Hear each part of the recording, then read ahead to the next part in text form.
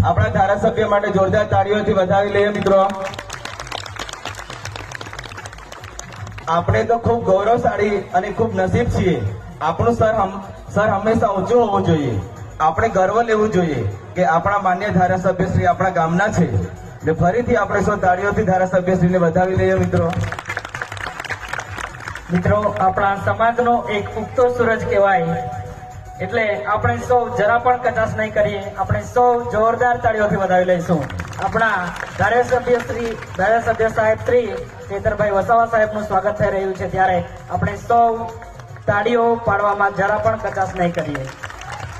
यूं तो मौसम बदलने पर हर फूल खिल जाता है, यूं तो मौसम बदलने पर हर फूल खिल जाता है, पर हमारे मेहमान खुद एमएलए साहब है।